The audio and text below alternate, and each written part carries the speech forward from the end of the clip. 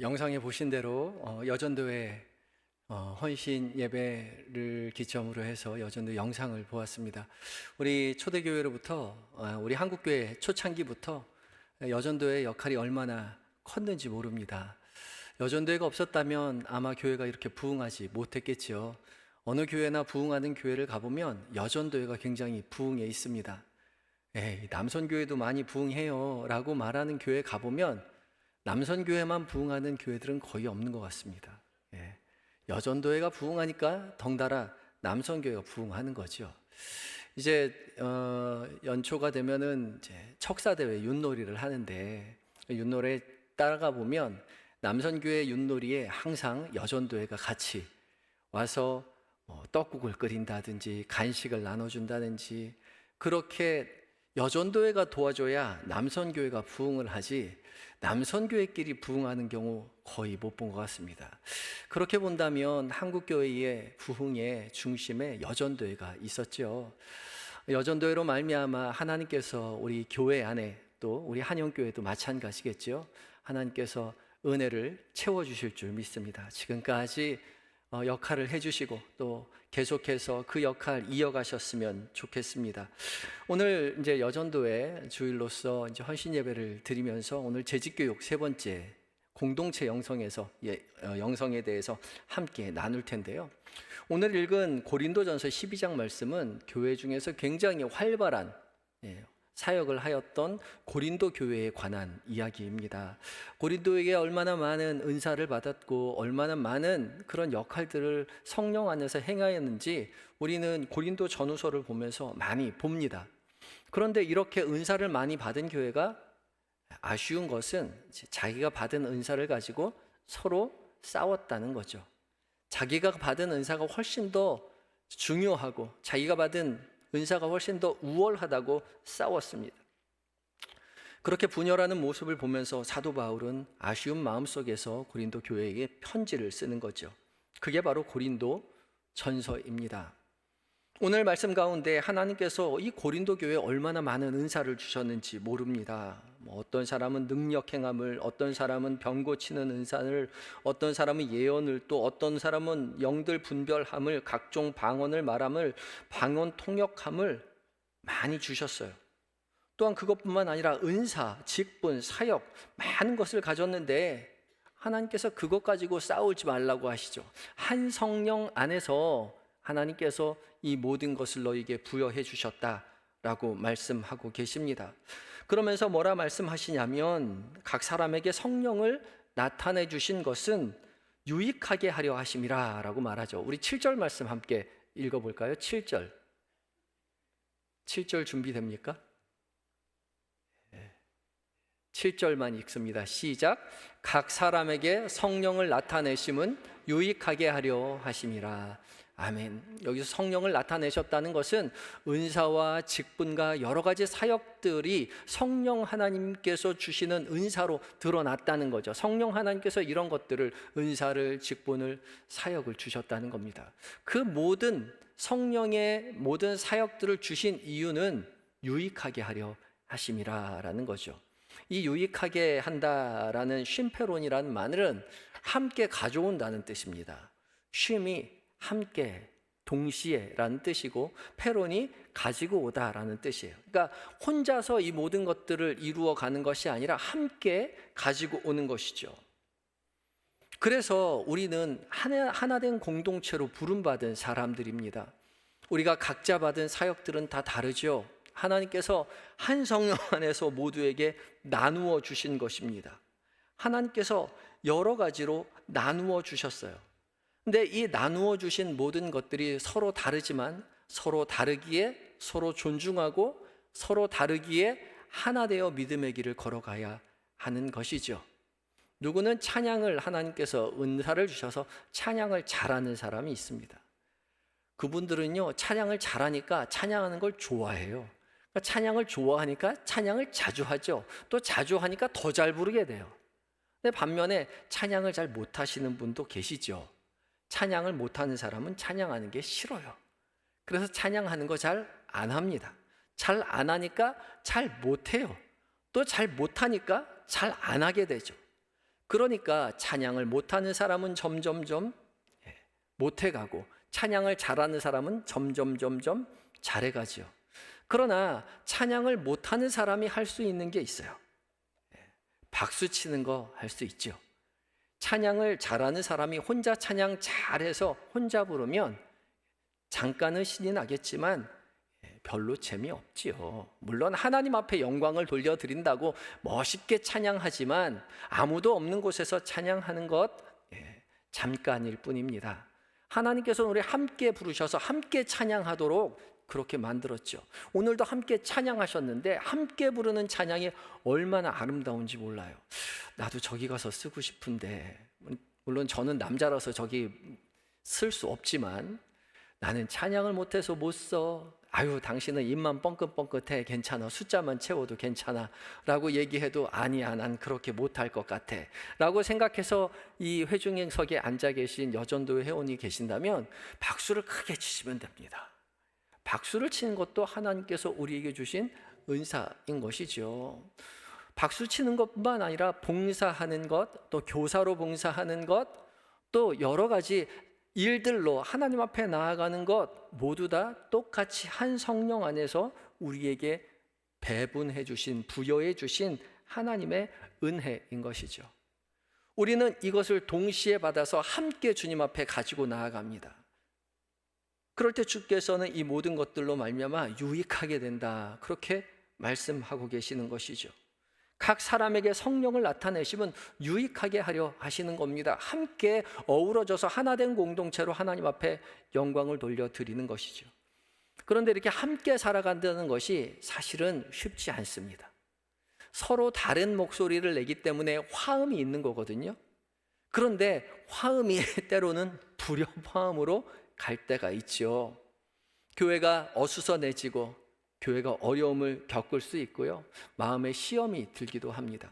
그러나 기억해야 할 것은 하나님께서 우리를 각자 다양한 방식의 은사를 배분하셨고 함께 하나님께 나아가기를 원하신다는 겁니다.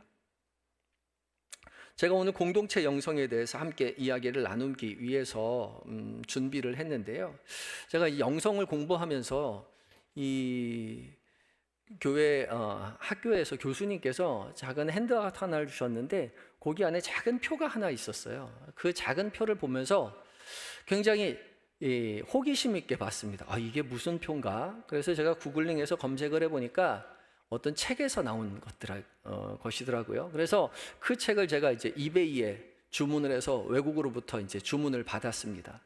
그 책을 읽어보니까 너무 좋은 거예요. 그래서 이렇게 좋은 책을 좀 번역을 해야겠다 싶어가지고 열심히 번역을 하다가 제가 도서관에 보니까 10년 전에 번역을 해놓으셨더라고요. 제 그 책이 이 책입니다. 당신의 성격 유형을 발견하라. 이 미국에 있는 심리학자 겸 영성학자인 코린 웨어라는 사람이 쓴 책인데요, 이 책에서 이 책을 보고서 너무 좋아서 제가 번역하다가 보니까 죄송합니다. 이미 10년 전에 당신의 성격 영성 유형을 발견하라라는 책이 번역되어 나왔더라고요. 열심히 읽어봤는데 사실 번역이 그렇게 매끄럽지는 않았던 것 같아요. 그렇다고 제가 번역해 보려니까 엄두가 안 나긴 하더라고요. 그래서 이거 가지고 교회에서 여전도회나 또 청년부와 함께 이거 가지고 좀 이야기를 나누었습니다. 이 책의 중심에는 원래 이제 그 어반 홈즈라는 분이 이 그리스도교 영성의 역사라는 책에서 한 표를 보고서 이제 이 책이 나온 건데, 이 책이 이제 그리스도교의 영성의 역사에 대한 책입니다. 이 영성학자가 그리스도의 영성에 대해서 쭉 연구를 하다 보니까 그 영성의 역사 안에서 영성의 유형들이 드러나더라는 거죠. 하나님 앞에 나아가는 방식들이 여러 갈래로 나누어지더라는 겁니다. 그래서 오늘 여러분들이 받은 핸드아웃이 있을 텐데 거기에 보면 이제 영성 형성의 두 차원이라는 게 있죠. 하나님 앞에 나아가는 방법, 영성을 형성하는 방법에 역사적으로 두 가지 큰 축이 있었다는 겁니다. 첫 번째, 우리가 제일 많이 유익한 것, 우리에게 많이 익숙한 것이 있는데 그것이 유념적인 방법입니다. 그것이 뭐냐면 연구를 통해서 하나님을 알아가는 거예요. 하나님은 우리에게 자기 자신을 드러내시는 하나님이시지요. 그래서 여러 가지 성경 공부를 통해서, 성경을 통해서 하나님이 어떠한 분이신지를 알아가는 거예요. 하나님을 알게 되면 하나님을 더욱더 사랑하게 될 테니까 하나님을 열심히 연구해서 하나님이 어떠한 분이신지를 알아갑니다. 그게 유념적인 방법이에요. 카타페틱이라고 하는데, 카타는 긍정적이라는 뜻이고요, 무엇을 통하여라는 뜻이고, 페틱은 말입니다. 그러니까 언어를 통해서 하나님 앞에 나아가는 거죠. 많은 말을 통해서, 많은 글을 통해서 하나님을 알아가고자 하는 것이 유념적인 방법입니다. 그런데 이렇게 하나님을 많이 연구해서 알아가다 보니까 한계가 있더라는 거죠. 하나님을 연구하면 연구할수록 우리의 부족함을 깨닫게 되는 거예요. 하나님은 이런 분이십니다 라고 연구해서 발표했는데, 사실 그 하나님은 내가 경험한 정말 작은 하나님의 일부분일 뿐이지, 그 넓고 그 고원하신 하나님을, 무한하신 하나님을 표현하기에 우리의 표현이, 우리의 글이, 우리의 말이 더할 나위 할 수 없이 부족하다는 거죠. 그래서 말로 표현하면 표현할수록, 우리가 연구하면 연구할수록 하나님을 왜곡시키고 하나님을 제한시키는 그런 결과를 낳는다는 그런 고백을 하게 되었습니다. 그럴 수 있죠. 우리가 하나님 앞에 하나님이 어떠한 분입니다 라고 말하는 것 자체가 하나님을 제한하는 거죠. 하나님을 왜곡시키는 겁니다. 하나님은 그것보다 훨씬 더 크고 놀라우신 분이잖아요.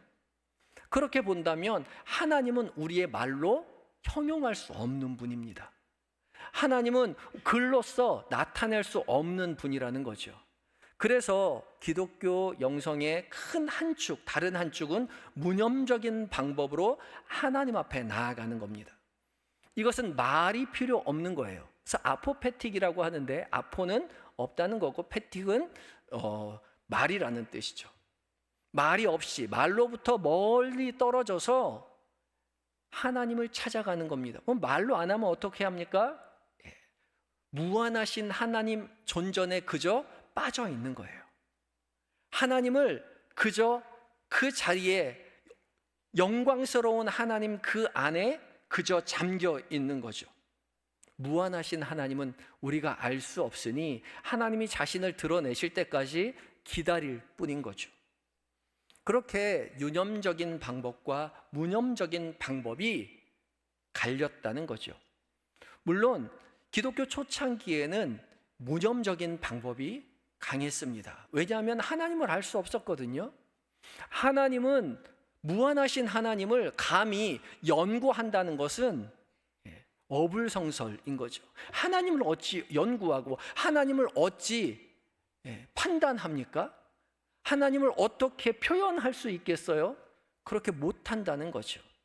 그러나 12세기 이후 스콜라 철학이 대두되면서 이제 글에 대해서, 글을 분석하고 비판하고 이성적으로 판단하는 그런 조류가 생겨나면서 성경도, 신학적인 서적들도 비판하고 이성적으로 분석하기 시작했습니다.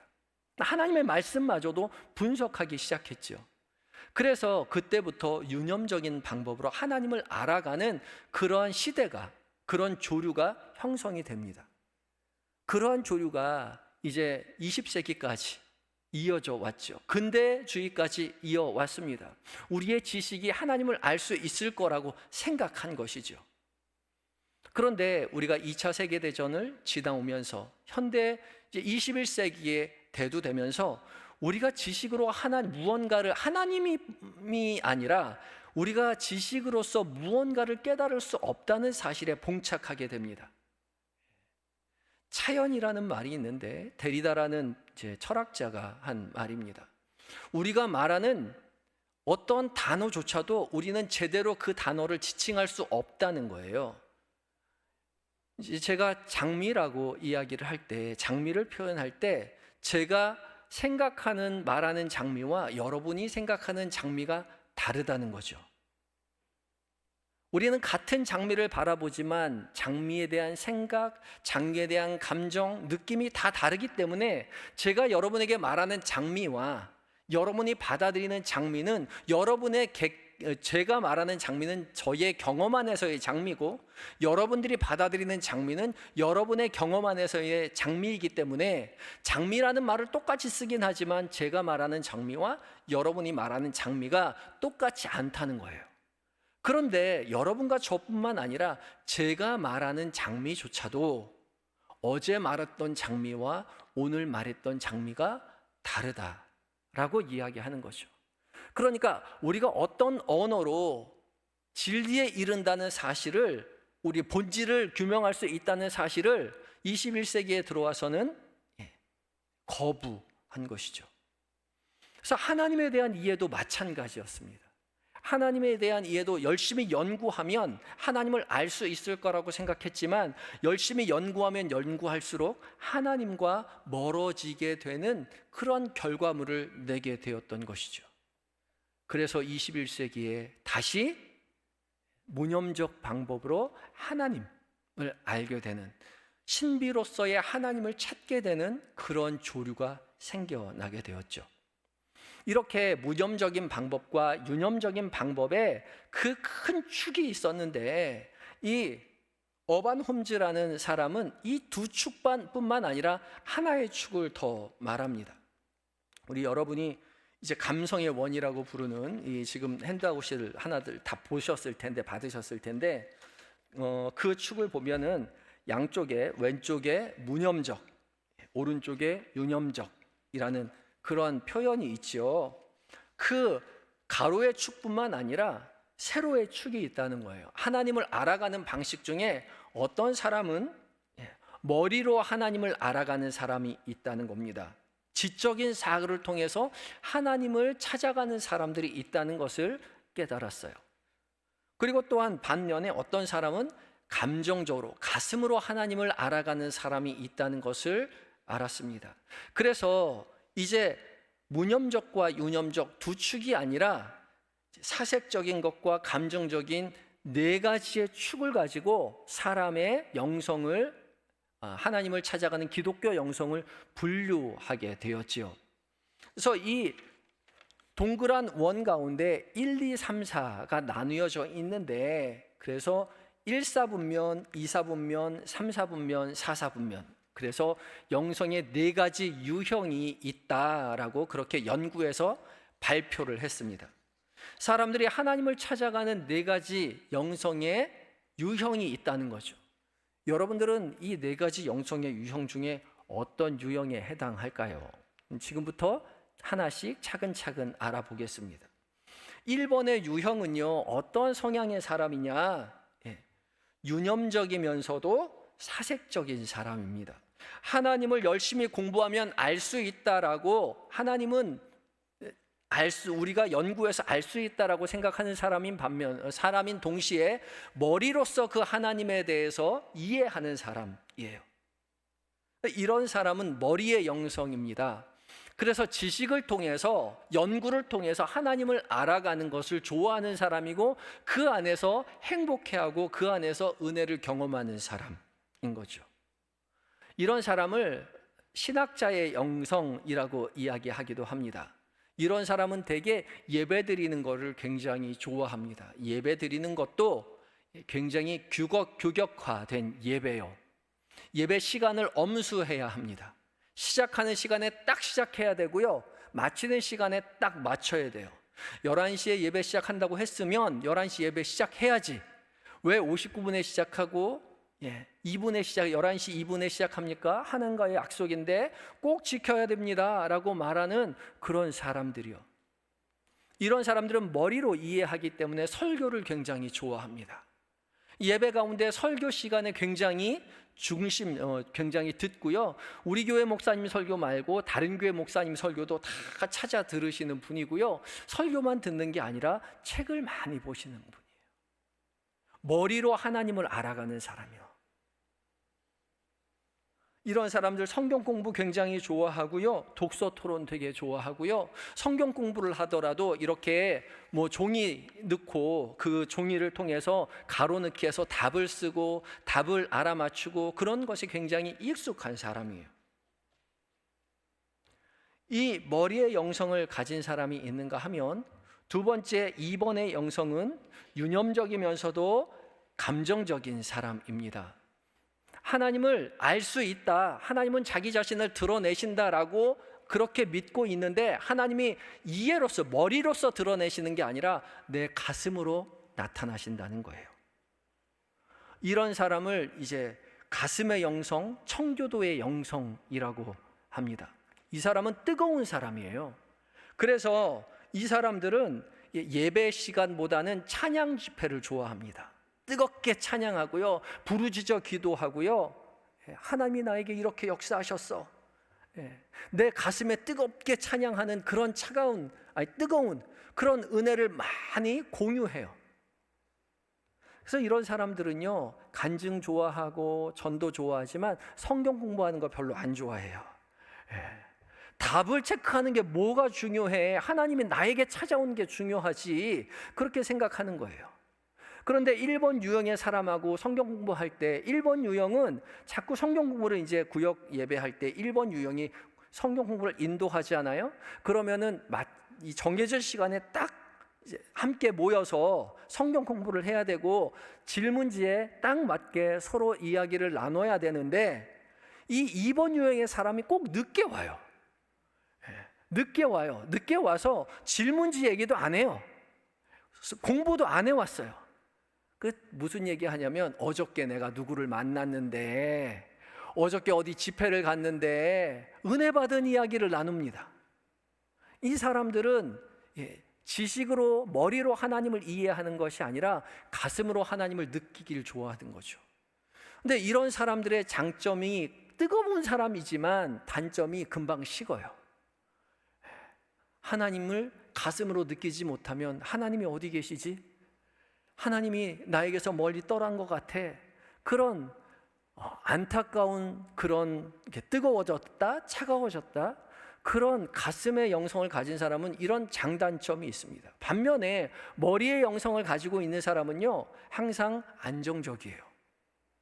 늘뜩 가슴에 뜨거운 건 없지만 항상 머리로 하나님을 이해하고 있기 때문에 안정적으로 하나님에 대한 이해 속에서 지내게 되는 거죠. 이 1번의 유형은 2번의 유형이 부러워요. 나는 아무리 기도해도 하나님께서 나에게 뭐라고 안 하시는 것 같은데, 나는 찬양해도 가슴이 뜨거워지지도 않고 눈물이 흐르지도 않아. 그런데 저 사람은 어떻게 저렇게 찬양만 하면 눈물이 줄줄줄 흐르고 저렇게 뜨겁게 즐겁게 찬양할까? 너무 부러워요. 그런데 이 1번의 유형과 2번의 유형이 다 필요하다는 거죠. 1번의 유형이 열심으로 공부해서 하나님이 어떤 분이신지를 만들어 놓으면 2번의 유형이 그 안에서 즐겁게 하나님을 찬양하고 하나님 앞에 예배하며 나아가는 거죠. 1번의 유형과 2번의 유형이 있는가 하면 3번의 유형도 있습니다. 3번의 유형은 어떤 사람이냐면 가슴으로 하나님을 느끼는 사람이긴 하지만 무념적인 사람이에요. 하나님은 자신을 드러내서 하나님을 우리가 이해할 수 없다고 생각하는 사람이에요. 하나님을 이해할 수 없는데 가슴으로 하나님을 느낄 수는 있다라고 이야기하는 거죠. 하나님을 느낄 뿐이에요. 하나님을 경험할 뿐이에요. 내가 경험한 하나님에 대한 관심을 가지고 있죠. 이런 사람은 사막의 영성이라고 합니다. 혼자 조용히 떨어져서 어딘가에서 조용히 침묵으로 기도하고, 말로는 하나님을 알 수 없으니 조용히 하나님 가운데 내가 나아간다. 조용히 침묵으로 기도하고요. 또 산속에 가서 자연을 통해서 묵상하며 기도한다고 그렇게 이야기해요. 관조하는 거죠. 또 끊임없이 조용히 자기 성찰을 하는 사람입니다.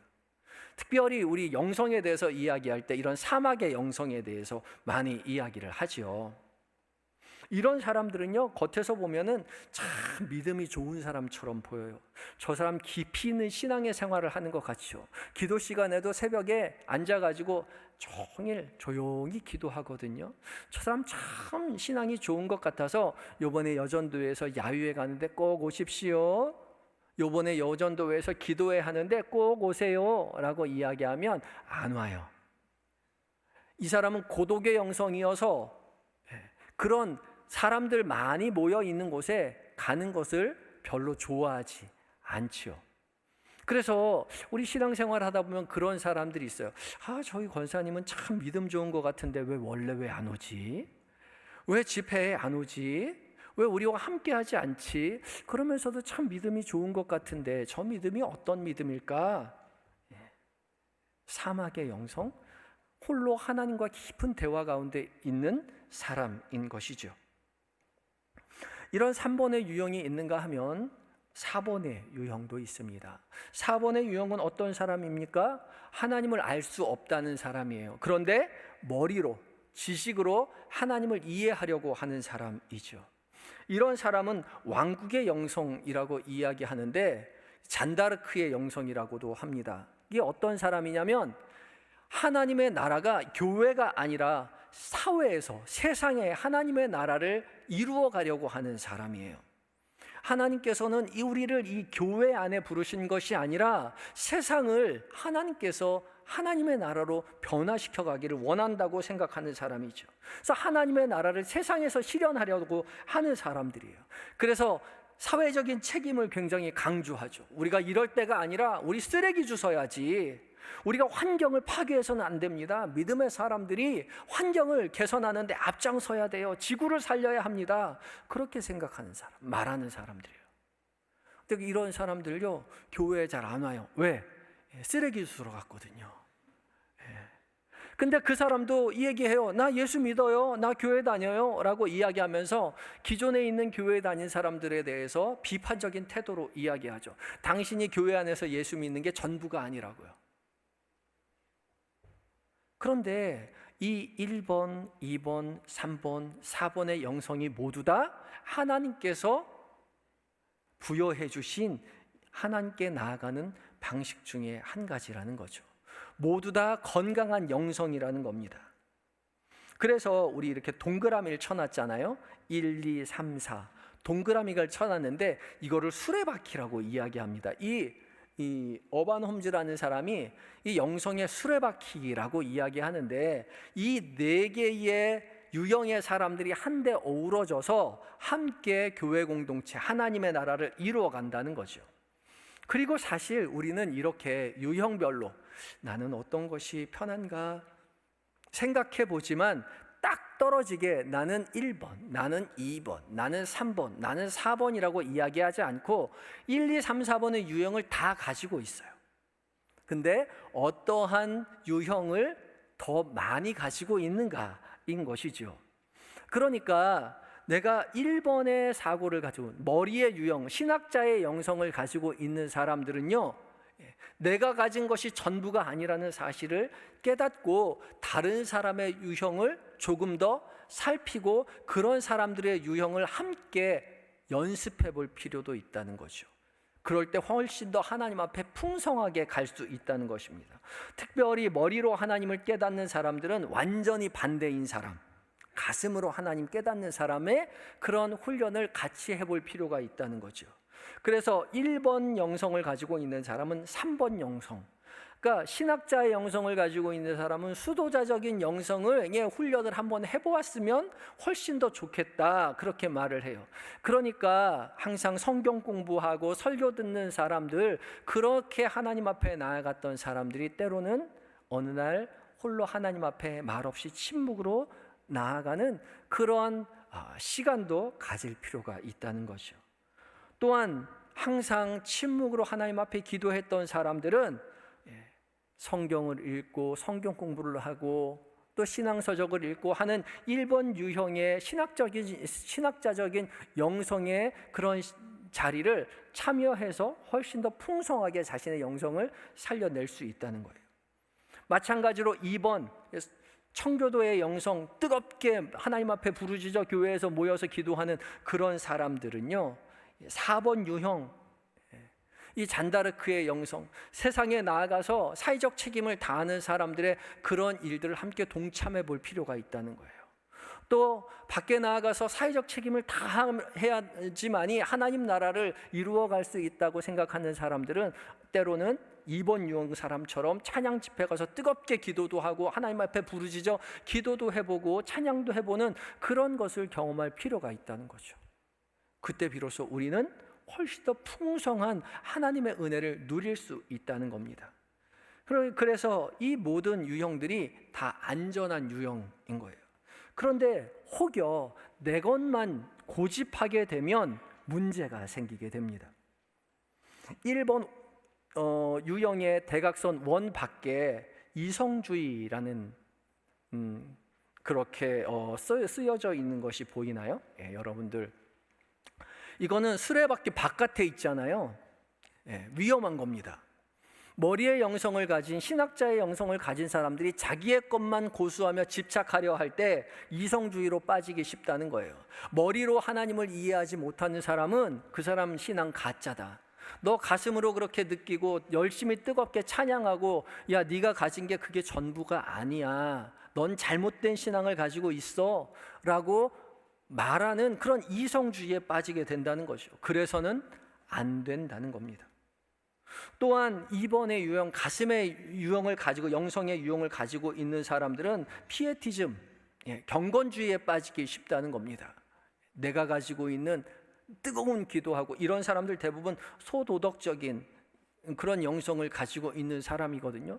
굉장히 도덕적이고 윤리적인 그런 삶을 추구하는 사람입니다. 하나님 앞에서 도덕적으로 생활해야지, 술 먹으면 안 돼, 담배 피면 안 돼, 너 주일 성수해야지, 말씀 항상 읽어야지, 그렇게 말하면서 그렇게 하지 못하는 사람들을 비난하는 거예요. 그렇게 빠져서는 안 된다는 것이죠. 또 3번 유형도 마찬가지입니다. 정적주의에 빠지기 쉬워요. 침묵으로 하나님 앞에 나아가서 말로써 뭔가 하나님을 찾아가려는 사람들을 거부하고 온전히 하나님과의 관계 안에서 들어가 있는 사람들, 사회와 교회와 단절하는 사람들이요, 위험한 겁니다. 또한 4번 금욕주의도 마찬가지입니다. 앵크라티즘. 이것 역시 세상에 나아가서 세상을 바꾸고 세상을 변화시키고 거기에만 빠져서 함몰되어서 그렇게 전투적으로 투쟁적으로 살아가는 것이 건강하지 못하는 것이죠.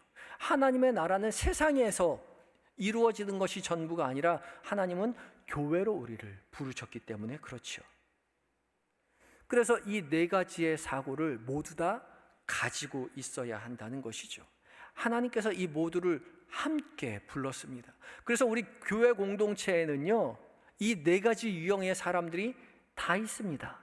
그래서 저 사람은 왜 저렇게 예배 시간에 늦게 오나? 저 사람은 왜 이렇게 성경 공부 시간에 딴 얘기를 하나?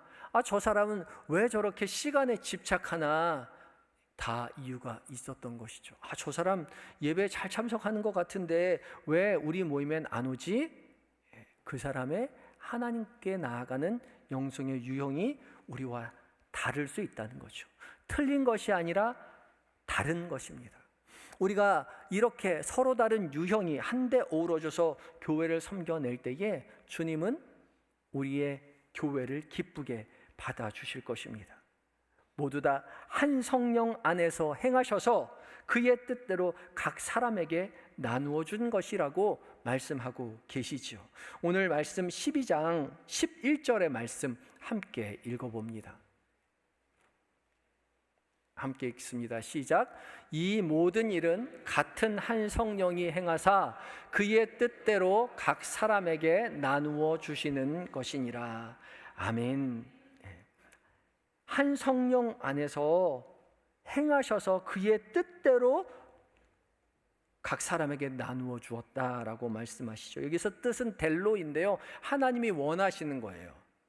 우리가 바라는 것이 아니라 하나님이 원하는, 그러니까 하나님 마음대로 나누어 주신 거예요. 그러니까 우리가 저 사람은 왜 저렇게 생각하나, 왜 저렇게 이해하지? 라고 이해해서는 안 된다는 것이죠.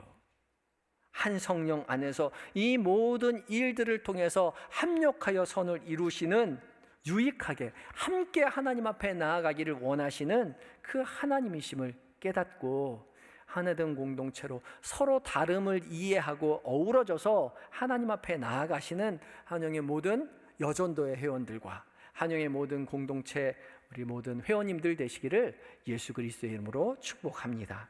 함께 기도하시겠습니다. 하나님, 우리가 한 성령 안에서 부름을 받았으나 각자 서로 다른 것들을 받았음을, 각자 주님의 뜻대로 나누어 주시는 것을 받았음을 우리로 깨닫게 하여 주시니 감사합니다. 틀린 것이 아니라 다른 것임을 깨닫고 서로를 이해하고 받아주며 더욱더 풍성한 은혜를 누리는 우리 모두가 되게 하여 주시옵소서. 예수님의 이름으로 기도드립니다. 아멘.